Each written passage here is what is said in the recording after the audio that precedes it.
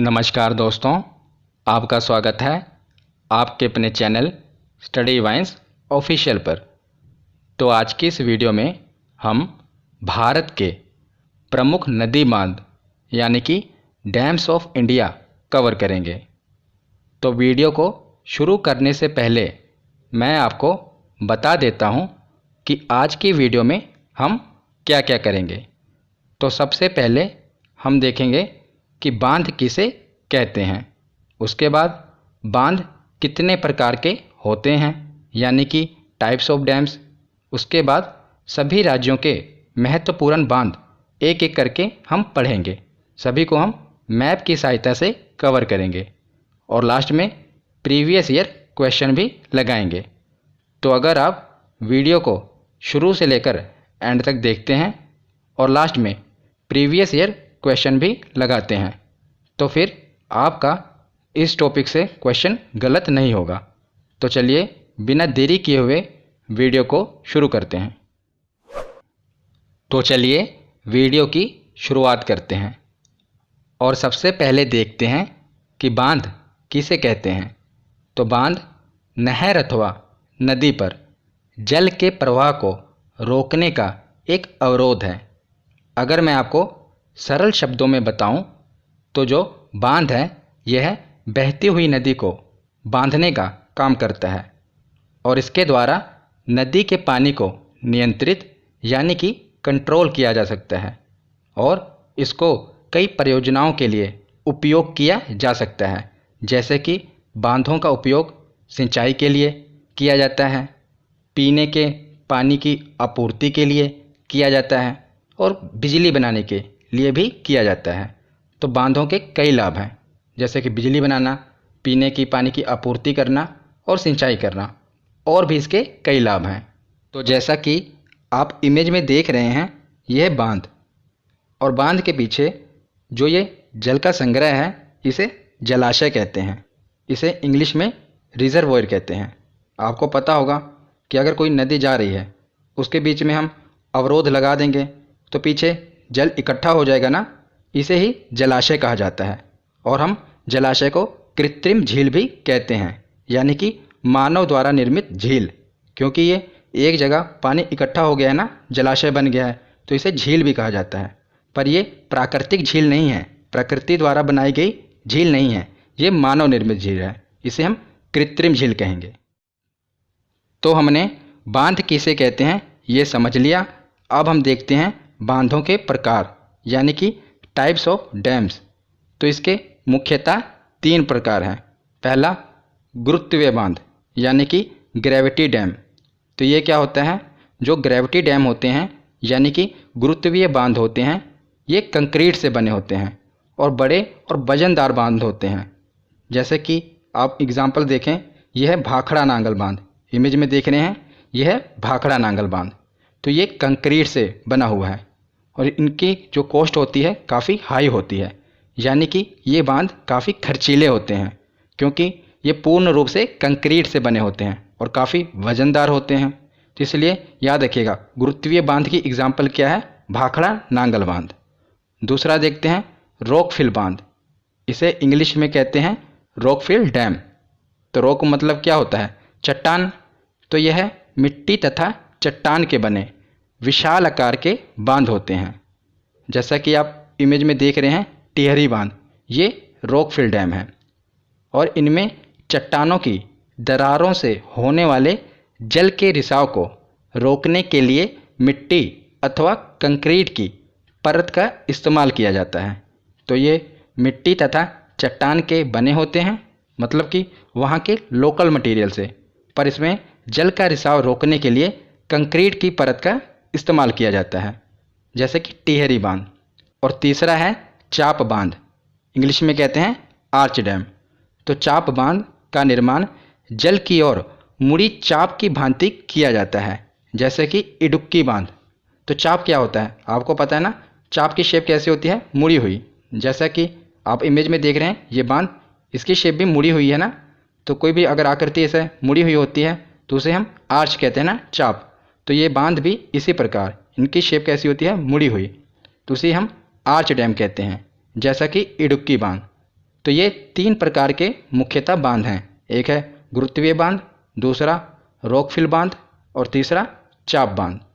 अब हम एक एक करके सभी राज्यों के जितने भी महत्वपूर्ण बांध हैं उन्हें पढ़ते हैं। तो चलिए अब हम एक एक करके सभी राज्यों के महत्वपूर्ण बांध जो कि एग्ज़ाम में पूछे जाते हैं उन्हें पढ़ते हैं। क्योंकि वैसे तो भारत में कई बांध हैं, पर जो एग्ज़ाम में बार बार रिपीट होते हैं हम उन्हें पढ़ेंगे। तो शुरुआत करते हैं जम्मू कश्मीर से। तो जम्मू कश्मीर में मुख्यतः 5 बांध हैं जो कि एग्ज़ाम में बार बार पूछे जाते हैं, और ये 2 नदी पर हैं। एक है चिनाब नदी और एक है झेलम नदी। तो सबसे पहले देखते हैं चिनाब नदी पर। तो चिनाब नदी पर 3 बांध हैं, सलाल बांध, बगलीहार बांध और दुल्हस्ती बांध। और झेलम नदी पर 2 बांध हैं, एक है उरी बांध और दूसरा है तुलबुल बांध। तो जैसा कि आप डायग्राम में भी देख रहे हैं, यह झेलम नदी पर उरी बांध और तुलबुल बांध, और चिनाब नदी पर सलाल बांध, बगलीहार बांध और दुल्हस्ती बांध। तो ये इम्पोर्टेंट हैं, इन्हें हम याद कैसे करेंगे? तो मैं आपको एक कहानी बताता हूँ, उससे आप लिंक करके इन्हें याद रख पाएंगे आसानी से। अगर आपको वैसे भी याद रहता है तो और अच्छा है। तो कहानी क्या है, जो ये जम्मू कश्मीर वाला एरिया है, आपको पता है ये हमेशा आतंकवाद से पीड़ित रहता है, और यहाँ की ज़मीन आतंकवाद के कारण हमेशा खून से लाल रहती है। क्योंकि हमारे बगल का पड़ोसी देश ये आए दिन छिपकर वार करता है और उसे हर बार हार का मुंह देखना पड़ता है। हमेशा बगल वाले पड़ोसी देश की हार होती है, और अगर ये ऐसे ही हमले करता रहा तो क्या होगा, एक दिन भारतीय सैनिक पाकिस्तान की हस्ती मिटाकर रख देंगे। तो यह है कहानी। इससे हम जितने भी बांध हैं सभी को याद कर लेंगे। देखिए कैसे। सबसे पहले है सलाल बांध। तो मैंने आपको बताया कि ये एरिया हमेशा आतंकवाद से पीड़ित रहता है, और यहाँ की धरती जो है हमेशा खून से लाल रहती है। तो सलाल, इससे आप लिंक करेंगे। और हमेशा बगल वाले देश की हार होती है, तो बगली हार, क्योंकि हमेशा पाकिस्तान की ही हार होती है ना, तो बगली हार, इसे ये रिलेट करेंगे। और तीसरा है दुल्हस्ती। मैंने आपको बताया कि अगर वो बार बार ऐसे ही युद्ध करते रहें तो एक दिन भारतीय सैनिक पाकिस्तान की हस्ती मिटा देंगे। तो तीनों बांध, सलाल बांध, बगलीहार बांध और दुल्हस्ती बांध, अब आप कभी नहीं भूलेंगे कि ये जम्मू कश्मीर में है और चिनाब नदी पर है। और उसके बाद है उरी बांध।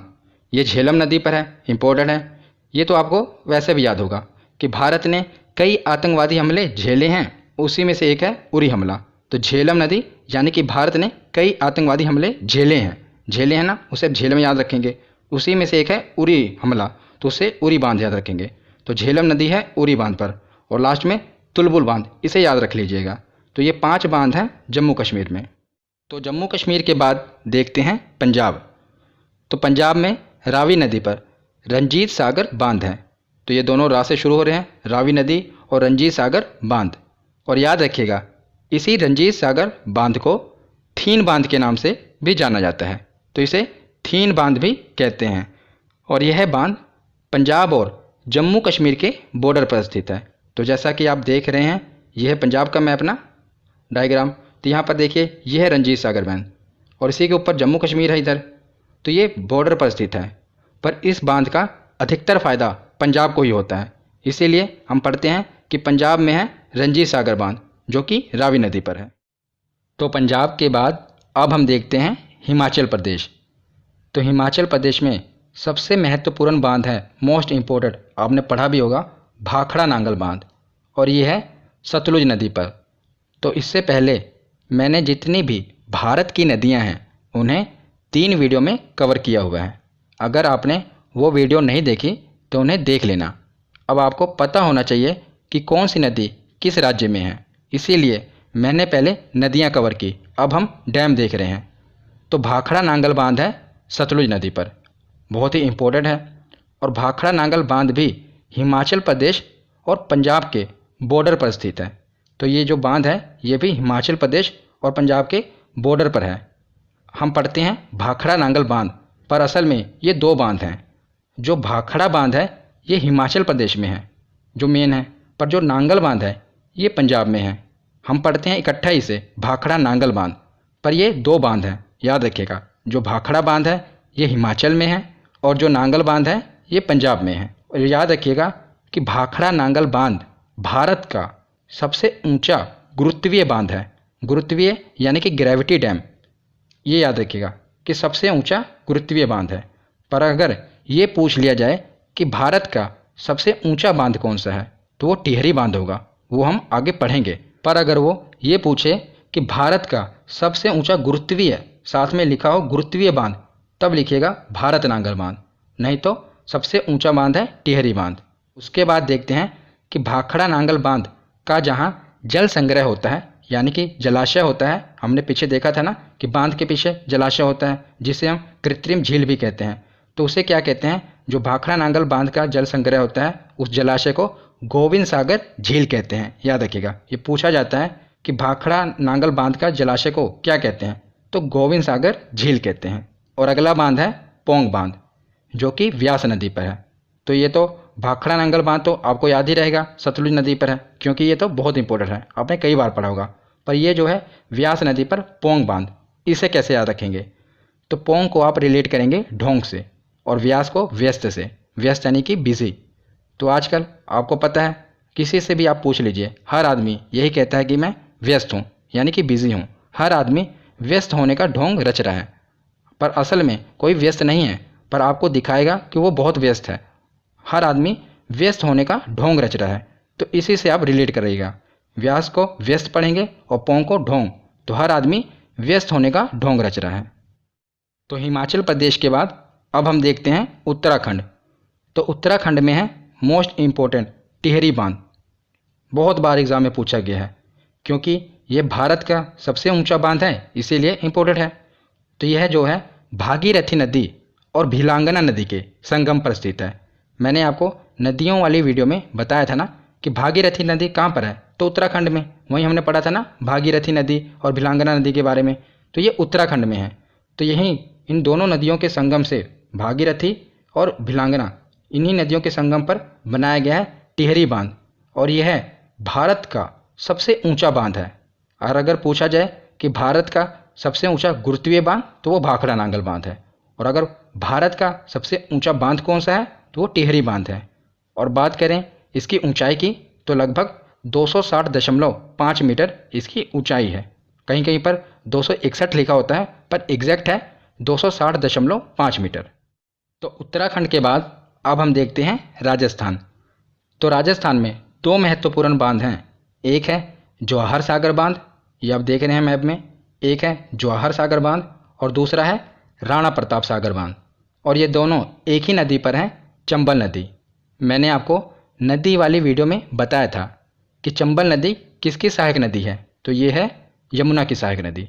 और इसी पर दोनों बांध बने हैं, जवाहर सागर बांध और राणा प्रताप सागर बांध। इसे तो आप और आसानी से याद रख सकते हैं। देखिए कैसे, रा से शुरू हो रहा है ना राजस्थान, देखिए रा से राणा प्रताप और जा से जवाहर सागर, तो इसी राजस्थान से ही आप इसे याद रख सकते हैं। राज ना, तो रा से राणा प्रताप और जा से जवाहर सागर बांध। और वैसे भी महाराणा प्रताप कहाँ के थे, तो राजस्थान के थे, वैसे भी आप याद रख सकते हैं। और ऐसे भी आप याद रख सकते हैं कि राज तो रा से राणा प्रताप और जा से जवाहर सागर बांध, और ये दोनों ही कौन सी नदी पर बने हुए हैं, तो चंबल नदी पर बने हुए हैं, ये याद रखिएगा। तो राजस्थान के बाद अब हम देखते हैं मध्य प्रदेश। तो मध्य प्रदेश में दो महत्वपूर्ण बांध हैं, याद रखिएगा। एक है गांधी सागर बांध और दूसरा है इंदिरा सागर बांध। तो जो गांधी सागर बांध है ये चंबल नदी पर है। अभी हमने पीछे राजस्थान में दो बांध पढ़े थे, वो भी चंबल नदी पर थे। कौन कौन से? एक था जवाहर सागर बांध और राणा प्रताप सागर बांध। तो जवाहर और गांधी ये दोनों चंबल नदी पर हैं। पंडित जवाहरलाल नेहरू और महात्मा गांधी ये साथ ही रहते थे ना, तो वैसे भी आप याद रख सकते हैं कि जवाहर और गांधी ये दोनों चंबल नदी पर हैं। और उसी के साथ जो इंदिरा सागर बांध है ये है नर्मदा नदी पर। तो जवाहर तो चंबल पर हैं, पर जो इंदिरा हैं ये नर्मदा नदी पर हैं। ये दोनों याद रखिएगा, ये भी महत्वपूर्ण है। पूछा जाता है कि इंदिरा सागर बांध किस नदी पर है, तो ये नर्मदा नदी पर है।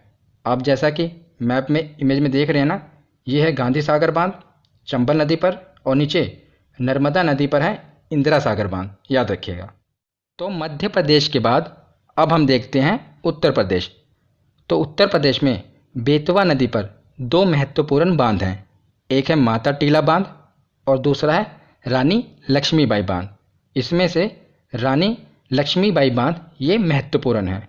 और याद रखिएगा, रानी लक्ष्मीबाई बांध को ही राजघाट बांध के नाम से जानते हैं। तो एग्ज़ाम में पूछा जाता है कि राजघाट बांध का अन्य नाम क्या है, तो वो है रानी लक्ष्मीबाई बांध। तो जो रानी लक्ष्मीबाई बांध है ये महत्वपूर्ण है, तो इसे आप ऐसे याद रख सकते हैं। सबसे पहले तो ये उत्तर प्रदेश में है, ये तो आसान है क्योंकि जो रानी लक्ष्मीबाई हैं इनका जन्म ये झांसी की रानी थी ना, तो झांसी की रानी थी। झांसी कहाँ पर है, तो उत्तर प्रदेश में। तो वैसे भी आप याद रख सकते हैं कि रानी लक्ष्मीबाई बांध झांसी उत्तर प्रदेश में है, ये झांसी की रानी थी, तो ये भी बांध भी उत्तर प्रदेश में है। और रही बात नदी की, तो आप इसको ऐसे याद रख लीजिएगा, जो रानी लक्ष्मीबाई थी ये हमेशा अपने देश को आज़ाद कराने के लिए बेताब रहती थी। तो बेतवा को बेताब पढ़िएगा।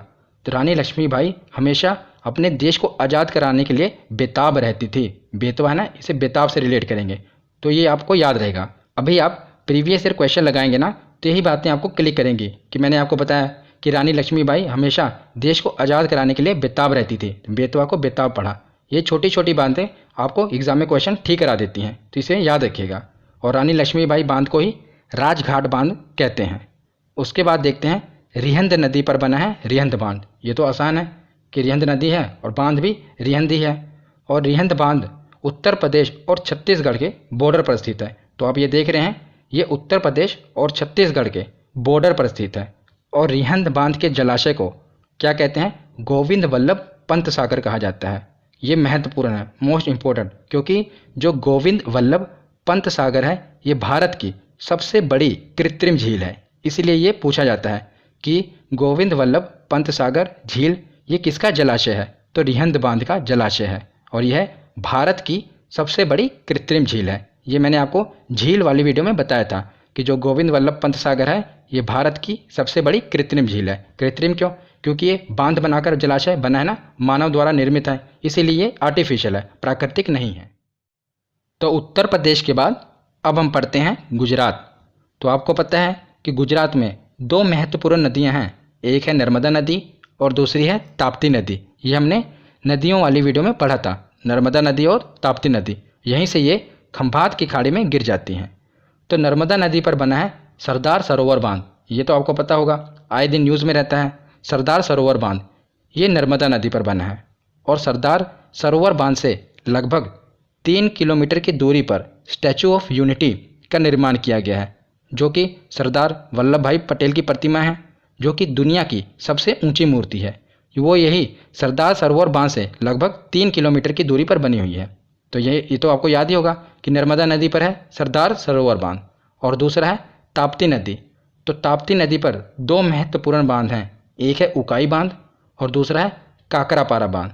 तो जो ये काकरापारा बांध है ये महत्वपूर्ण है, देख लीजिए। नर्मदा नदी पर है सरदार सरोवर बांध और ताप्ती नदी पर है यहाँ पर उकाई बांध और नीचे है काकरापारा बांध। तो काकरापारा बांध आप कैसे याद करेंगे, देखिए। काकरापारा के पीछे क्या है, पारा। पारा यानी कि मरकरी, जो कि थर्मामीटर में होती है। तो इससे क्या पता लगता है, थर्मामीटर से हम किसी को भी बुखार हो तो पता लगाते हैं ना। अगर किसी का भी शरीर तप रहा है तो उससे हम पता लगाते हैं कि हाँ इसको बुखार है। और ताप्ती को आप याद रखिएगा, तपना, तप रहा है। पारे से पता लगाएंगे ना, किसी का शरीर अगर तप रहा है तो पारा ऊपर की ओर जाएगा। तो इसे हम रिलेट कर सकते हैं, ताप्ती यानी कि तपती हुई चीज़ और पारा, पारे से पता लगेगा। तो काकरापारा बांध है ताप्ती नदी पर, याद रखिएगा। तो गुजरात के बाद अब हम देखते हैं झारखंड।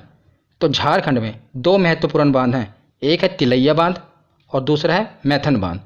तो ये दोनों एक ही नदी पर हैं, याद रखिएगा। कौन सी नदी, बराकर नदी।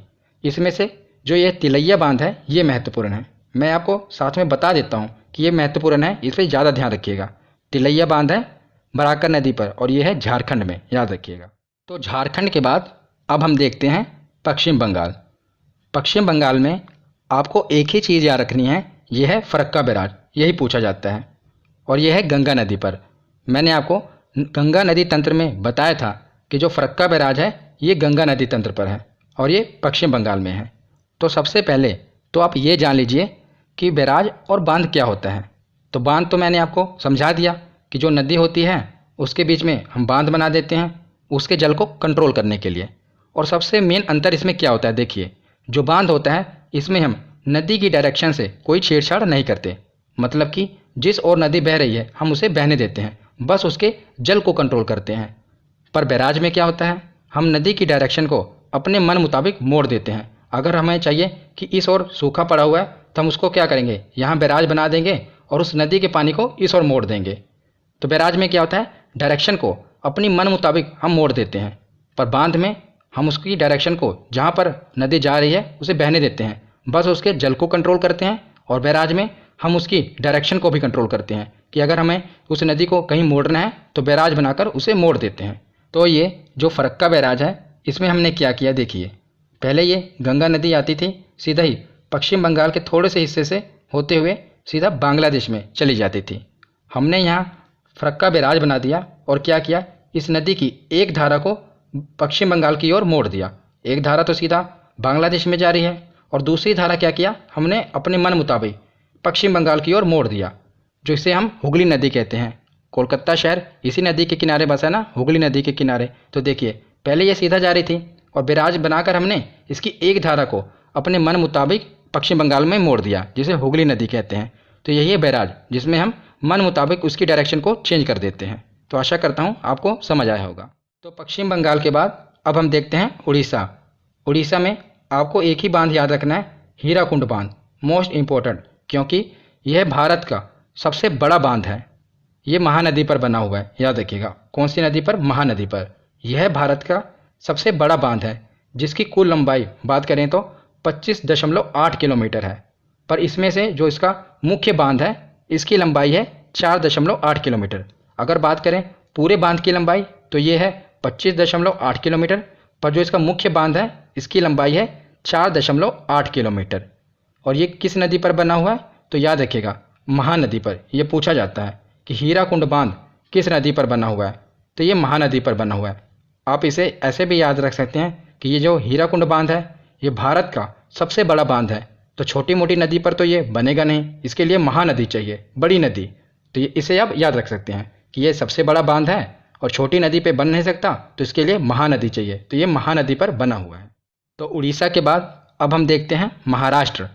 तो महाराष्ट्र में दो बांध याद रखने हैं। एक तो है कोयना बांध, ये कोयना नदी पर बना हुआ है।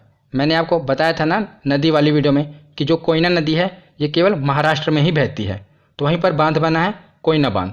यह है कोयना बांध। और दूसरा गोदावरी नदी पर बना हुआ है, यह है जायकवाड़ी बांध। दूसरा बांध है जायकवाड़ी, गोदावरी जायकवाड़ी। तो गोदावरी नदी पर है जायकवाड़ी बांध और कोयना नदी पर है कोयना बांध। तो कोयना बांध पूछा जाता है कि किस राज्य में है, तो याद रखिए महाराष्ट्र में है। ये तो आसान है क्योंकि मैंने आपको बताया था जो कोयना नदी है ये सिर्फ महाराष्ट्र में ही बहती है और उसी पर बांध बना है कोयना बांध, तो याद रखिएगा। तो महाराष्ट्र के बाद अब हम देखते हैं तेलंगाना। तेलंगाना में दो बांध हैं। पहला है पोचमपाद बांध और ये गोदावरी नदी पर है। और याद रखिएगा पोचमपाद बांध को ही राम सागर बांध के नाम से जानते हैं।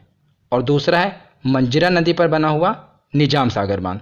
तो मंजीरा नदी ये क्या है, गोदावरी नदी की सहायक नदी है ना, मंजीरा नदी मैंने आपको बताया था। और उसी पर बना हुआ है निजाम सागर बांध। ये आप देख रहे हैं, ये है पोचमपाद बांध और ये है निजाम सागर बांध। निजाम सागर बांध है मंजीरा नदी पर और जो पोचमपाद बांध है यह है गोदावरी नदी पर। तो ये पूछा जाता है कि पोचमपाद बांध किस राज्य में है, तो याद रखिएगा ये तेलंगाना में है। और आप इसे ऐसे भी याद रख सकते हैं जैसे कि तेलंगाना में है तेल, तो अगर तेल कहीं पर गिर जाएगा तो पोछा लगाया जाता है ना, तो पोचमपाद में है पोछ। तो अगर तेल कहीं पर गिर जाए फर्श पर तो उसे पोछा लगाया जाता है, उसे साफ़ किया जाता है। तो इसे आप याद रख सकते हैं कि पोचमपाद बांध है तेलंगाना में और ये गोदावरी नदी पर है और इसका अन्य नाम है राम सागर बांध। तो तेलंगाना के बाद अब हम देखते हैं केरल। ये टॉपिक थोड़ा लंबा है इसलिए थोड़ा समय लग रहा है, पर पेशेंस रखिएगा और ध्यान से सुनिएगा। अगर आप 2-3 बार देख लेंगे और इसे प्रीवियस ईयर क्वेश्चन भी लगाएंगे तो ये टॉपिक आपका पूरा पक्का हो जाएगा, कभी भूलेंगे नहीं। तो केरल में एक नदी है पेरियार नदी, हमने पढ़ा था इसके बारे में। और इस पर बना हुआ है इडुक्की बांध। ये इंपॉर्टेंट है, क्यों? क्योंकि यह एक चाप बांध है, आर्च डैम। आप देख रहे हैं शुरू में मैंने आपको बताया था ना, आर्च डैम चाप की तरह ये बांध बना हुआ है, चाप के शेप में, इसीलिए ये इंपॉर्टेंट है। और ये पेरियार नदी पर है इडुक्की बांध, तो ये इंपॉर्टेंट है। इसे आप याद कैसे रखेंगे, तो देखिए केरल को आप करेले से रिलेट करेंगे, करेला। तो अगर आपके आगे बार बार करेले की सब्जी आ जाए तो आप खाएंगे? एक बार भी आ जाए तो आप नहीं खाएंगे। तो अगर आपके आगे बार बार आपकी मम्मी करेले की सब्ज़ी ला कर दे दें तो आप क्या कहेंगे? अरे यार, बार बार करेला खाकर दुखी आ चुका हूँ। तो इसी से हम याद रखेंगे कि अरे यार, देखिए यार, बार बार करेला खाकर दुखी आ चुका हूँ। दुखी, इडुक्की को दुखी पड़ेंगे। तो बार बार आप करेला खाकर दुखी हो चुके हैं। तो इससे आप इसे याद कर सकते हैं। बहुत महत्वपूर्ण है ये जो अब मैं आपको बातें बता रहा हूँ ना, इसे आप अगर याद रखेंगे तो देखिए ये आपको रिलेट करेगी। क्योंकि एग्ज़ाम में अगर आप बैठते हैं तो प्रेशर में होते हैं पूरा, आपको यही बातें याद रहती हैं, तो इससे आप ये रिलेट कर पाएंगे कि अरे यार, मैं बार बार करेला खाकर दुखी आ चुका हूँ। तो यार, पेरियार नदी पर, डुक्की, दुखी, डुक्की और केरल, करेला, ये तीनों से आप रिलेट करके नदी, बांध और राज्य याद रख सकते हैं। तो अब हम दक्षिण भारत के जो बांध बचे हैं उन्हें कवर करते हैं। तब 6 बांध बचे हैं और ये 6 इतने इम्पोर्टेंट हैं, बहुत ज़्यादा इम्पोर्टेंट हैं। इसीलिए मैंने इसे नदी से कवर किया है ताकि आपको याद रहे, और मैप की सहायता से आपको समझाऊंगा ताकि आपके दिमाग में बैठ जाए। और ये बांध 6 के 6 बांध इतने इम्पोर्टेंट हैं, आप इसका अंदाज़ा इसी बात से लगा सकते हैं। अगर एग्ज़ाम में क्वेश्चन आ रहे हैं ना, तो ये एक शिफ्ट में नहीं, लगभग हर शिफ्ट में ये रिपीट करते हैं। 6 बांध ये इतने इंपॉर्टेंट हैं, हर शिफ्ट में ये रिपीट होते ही हैं। तो इसीलिए ध्यान से सुनिएगा। तो सबसे पहले हम देखते हैं कृष्णा नदी पर। तो कृष्णा नदी पर आपको 3 बांध याद रखने हैं। नदी वाली वीडियो में मैंने आपको बताया था कि कृष्णा नदी महाराष्ट्र से निकलती है, उसके आगे कर्नाटक, तेलंगाना और आंध्र प्रदेश, और उसके बाद बंगाल की खाड़ी में गिर जाती है। और इसी नदी पर सबसे पहले बना है अलमाटी बांध, उसके आगे है नागार्जुन बांध, और लास्ट में है श्री सेलम बांध। तो ये 3 बांध हैं जो कि कृष्णा नदी पर बने हुए हैं। तो अब हम इन तीनों बांधों को याद करते हैं कि ये याद कैसे रहेंगे।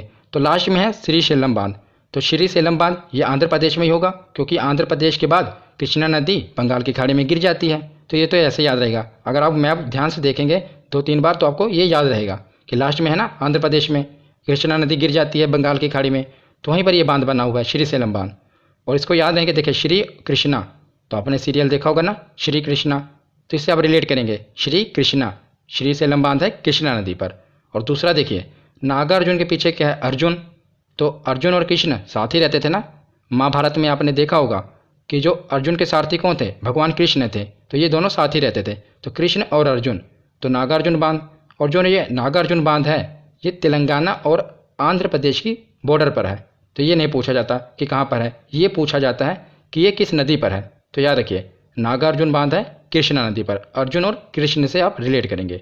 तो लास्ट में बचा अलमाटी बांध, ये कर्नाटक राज्य में है और कृष्णा नदी पर है। और ये बहुत बार पूछा गया है, इसका राज्य भी पूछा जाता है और नदी भी पूछी जाती है।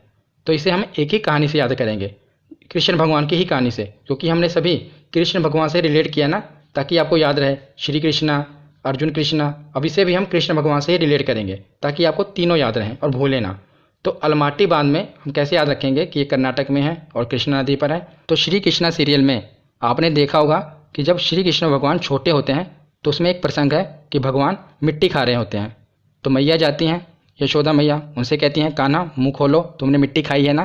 तो श्री कृष्ण भगवान कहते हैं नहीं मैया, मैंने मिट्टी नहीं खाई, यानी कि नाटक कर रहे होते हैं, उन्होंने मिट्टी खाई होती है, पर वो एक ऐसा नाटक करते हैं कि मैंने मिट्टी नहीं खाई।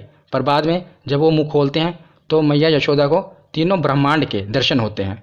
तो पर हमें यहीं तक देखना था। देखिए कृष्ण भगवान ने माटी खाई थी, अलमाटी, पर जब मैया कह रही थी मुँह खोलो तो वो क्या कर रहे थे, नाटक कर रहे थे, यानी कि कर्नाटक, कि मैया मैंने मिट्टी नहीं खाई। तो तीनों आपको याद रहेगा, कृष्ण भगवान से कृष्णा नदी, बचपन में उन्होंने मिट्टी खाई थी, माटी, तो जब मैया ने कहा मुँह खोलो तो वो कह रहे थे नहीं मैया मैंने नहीं खाई, यानी कि नाटक कर रहे थे, तो कर्नाटक। तीनों चीज़ आपको याद रहेंगी। कृष्ण भगवान से ही रिलेट करके हमने ये बांध, राज्य और नदी कवर कर ली। कृष्णा नदी पर याद रखिएगा ये तीनों बांध हैं। ये मैंने आपको इसलिए बताया क्योंकि ये बहुत महत्वपूर्ण है, भूलिएगा नहीं। तो 3 हमने बांध देख लिए दक्षिण भारत वाले, अब बचे 3 बांध, ये भी देख लेते हैं। उसके बाद हमारे जो 6 इंपॉर्टेंट बांध हैं ये कवर हो जाएंगे, और इसके बाद हमारे जो महत्वपूर्ण बांध हैं वो सभी कवर हो जाएंगे। फिर हम प्रीवियस ईयर क्वेश्चन देखेंगे। तो ये तीनों बांध हैं कावेरी नदी पर। पिछले वाले वो थे कृष्णा नदी पर, वो हमने कृष्ण भगवान से रिलेट करके पढ़े। अभी है कावेरी नदी पर। तो कावेरी नदी पर 3 बांध हैं, एक है शिव समुद्रम बांध, दूसरा है कृष्णा सागर बांध, और तीसरा है मैटूर बांध। तो आपको पता होगा, मैंने आपको बताया था नदियों वाली वीडियो में, जो कावेरी नदी है ये 2 राज्यों में ही बहती है, कर्नाटक से निकलती है और तमिलनाडु जाती है। तो 2 ही राज्य हैं, तो 2 ही राज्यों में इनके बांध होंगे। तो 2 बांध तो कर्नाटक में ही है जहाँ से ये निकलती है, आप देख रहे होंगे, और एक बांध है तमिलनाडु में, जो कि मैटूर बांध है। तो मैटूर बांध याद रख लीजिएगा, ये तमिलनाडु में है, और बाकी के दोनों जो हैं ये कर्नाटक में हैं। तो आप इन्हें कैसे याद रखेंगे? तो जो दो बांध हैं ये तो कर्नाटक में ही हैं, और याद रखिएगा ये कृष्णा सागर बांध है। पीछे हमने नदी पढ़ी थी, कृष्णा नदी, ये है कावेरी नदी, और ये जो है ये बांध है कृष्णा सागर बांध, ये कर्नाटक में ही है। तो शिव और कृष्ण दोनों भगवान है ना, देखिए इधर है शिव समुद्रम यानी कि शिव भगवान, और इधर है कृष्ण भगवान। तो इनके जो बांध बने हैं ये किसी पवित्र नदी पर ही बने होंगे। तो भारत की सबसे पवित्र नदी कौन सी है जिसे हम मानते हैं और पूजते हैं? वो है गंगा नदी। पर ये बांध तो कावेरी नदी पर बने हैं। मैंने पिछली वीडियो में भी ये ट्रिक बताई थी आपको। तो जो गंगा नदी है वो उत्तर भारत में है, तो दक्षिण भारत की गंगा कौन सी है? तो वो है कावेरी नदी। तो ये भी पवित्र हुई ना, गंगा नदी पवित्र है। तो उत्तर भारत में तो गंगा नदी है, तो दक्षिण भारत की गंगा किसे कहते हैं? तो कावेरी नदी को। और याद रखिएगा आपको बहुत कन्फ्यूज़न होती है, मैं आपको बता देता हूँ। दक्षिण भारत की गंगा कावेरी नदी को कहते हैं, पर जो दक्षिणी गंगा है और बूढ़ी गंगा वो कौन सी है? वो गोदावरी नदी है। जब दक्षिणी गंगा या बूढ़ी गंगा हो तो वो गोदावरी होगी, पर बात की जाए दक्षिण भारत की गंगा तो वो कावेरी नदी होगी। ये मैंने आपको पिछली वीडियो में भी बताया था। तो अभी इसे कैसे याद रखेंगे? हमने पढ़ लिया ना कि शिव समुद्रम बांध और कृष्णा सागर बांध ये दोनों भगवान के नाम पर हैं, तो किसी पवित्र नदी पर ही बनेंगे। तो पवित्र नदी भारत की कौन सी है? तो वो गंगा नदी है, पर वो तो उत्तर भारत में है, और ये बांध दक्षिण भारत में है। तो दक्षिण भारत की गंगा कौन सी है? तो वो है कावेरी नदी। तो कावेरी नदी पर ये दोनों बांध बने हुए हैं। और कावेरी नदी निकलती कहाँ से है? तो कर्नाटक से ही निकलती है। तो कर्नाटक में ही दोनों बांध हैं, और लास्ट वाला बांध है मैटूर बांध, और ये तमिलनाडु में है। तो यहाँ पर हमारा थ्योरी सेक्शन कंप्लीट हुआ। अब हम प्रीवियस ईयर क्वेश्चन देखते हैं। तो चलिए अब हम प्रीवियस ईयर क्वेश्चन देखते हैं। प्रीवियस ईयर क्वेश्चन लगाने के बाद हमें ये पूरा कंफर्म हो जाएगा कि जितना हमने पढ़ा वो हमें याद है कि नहीं है। कि सबसे पहला है कि भारत का सबसे ऊंचा नदी बांध कौन सा है? तो बताइए, सबसे ऊंचे की बात हुई है तो सबसे ऊंचा कौन सा है? तो यह टिहरी बांध, ये उत्तराखंड में है, और ये भारत का सबसे ऊंचा बांध है। अगला प्रश्न है कि भारत में सबसे लंबा बांध कौन सा है? तो सबसे लंबा कौन सा है? हीराकुंड बांध है ना। और ये कौन सी नदी पर है? तो इतना बड़ा बांध है तो किसी महानदी पर बना होगा, तो महानदी पर है हीराकुंड बांध। अगला प्रश्न है कि टिहरी बांध निम्नलिखित में से किन दो नदियों के संगम पर स्थित है? कौन सी दो नदियां थी? वो थी, एक थी भागीरथी और दूसरी थी भिलंगाना। दोनों ही भा से शुरू हो रही हैं, भागीरथी और भिलंगाना। दोनों नदियों के संगम पर टिहरी बांध बना हुआ है, याद रखिएगा।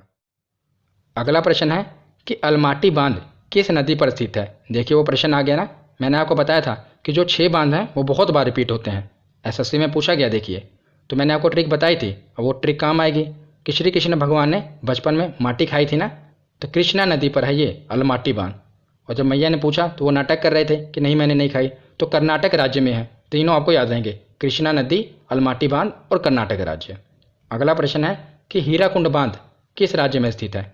तो हीराकुंड बांध भारत का सबसे बड़ा बांध है। तो बड़ी नदी थी ना कोई, महानदी थी, तो महानदी पर यह स्थित है, याद रखिएगा। अगला प्रश्न कि रानी लक्ष्मीबाई बांध अवस्थित है? तो मैंने पढ़ा था है तो ये उत्तर प्रदेश में, इतना हमें पता है। नदी कौन सी थी? तो मैंने आपको बताया था कि जो रानी लक्ष्मीबाई हैं ये हमेशा देश को आज़ाद करने के लिए बेताब रहती थी। तो बेताब से बेतवा नदी, तो बेतवा नदी पर है रानी लक्ष्मीबाई बांध। तो अगला प्रश्न देखते हैं। देखिए इसमें हम 4 बांध इसमें कवर कर लेंगे, 4 इसमें कर लेंगे, तो 2 प्रश्नों में हम 8 बांध 8 नदियों पर कवर कर लेंगे। पहला देखते हैं कि सूची 1 को सूची 2 से सुमेलित कीजिए। तो सूची 1 में है नदियाँ और सूची 2 में है बांध। तो हमें बताना है कि कौन सी नदी पर कौन सा बांध बना हुआ है। तो पहले हम ये देखते हैं कि हमें आता कौन कौन सा है। तो कृष्णा वाला तो हमें पता है, अलमाटी बांध, एक तो ये हो गया कृष्णा नदी पर। दूसरा हमें नर्मदा वाला भी पता है ना कि सरदार सरोवर बांध कहाँ पर बना है? तो नर्मदा नदी पर बना है, ये भी हो गया। अब बचा कौन कौन सा? तो चंबल भी हमें पता है कि चंबल पर गांधी सागर, गांधी और जवाहर हमने पढ़े थे ना। तो अब हम अगला प्रश्न देखते हैं। अगले प्रश्न में इधर बांध दिए हुए हैं और इधर नदियाँ दी हुई हैं, तो हमें ये बताना है कि कौन सा बांध किस नदी पर है। पहले ये देखते हैं कि हमें आता कौन कौन सा है। तो सबसे पहले है हीराकुंड डैम, तो ये तो हमें पता है महानदी पर है, ये हो गया सही। दूसरा देखते हैं पोंग डैम, तो ये हमने कैसे पढ़ा था कि आजकल हर आदमी व्यस्त होने का ढोंग रच रहा है, व्यस्त है नहीं पर बता रहा है कि मैं व्यस्त हूँ। तो पोंग डैम है व्यास नदी पर, ये 2 हो गए। तीसरा है टिहरी डैम, तो ये भागीरथी नदी और भिलांगना नदी के संगम पर था, तो ये भी हो गया। बचा एक ही थीन डैम, तो ये कहाँ पर होगा? रावी नदी पर। तो इससे हमारा दोनों क्वेश्चन हो गए। अब हम आगे देखते हैं। अगला प्रश्न है कि कोयना बांध कहाँ पर है? तो कोयना कहाँ पर है? कोयना नदी महाराष्ट्र में है, तो वहीं पर बना हुआ है ये कोयना बांध। आज का हमारा आखिरी प्रश्न है कि इडुक्की बांध स्थित है। तो हमने पढ़ा था इसका ट्रिक कि बार बार हम करेला खाते हैं तो हम कहते हैं यार बार बार करेला खाकर दुखी हो चुका हूँ मैं, तो इससे हम इडुक्की बांध तो कहाँ पर है, केरल में। तो इस प्रकार हमने सभी डैम को पढ़ लिया मानचित्र की सहायता से और लास्ट में प्रीवियस ईयर क्वेश्चन भी लगा लिए। तो आज की ये वीडियो यहीं पर ख़त्म होती है। कैसी लगी ये वीडियो कमेंट सेक्शन में ज़रूर बताना। धन्यवाद।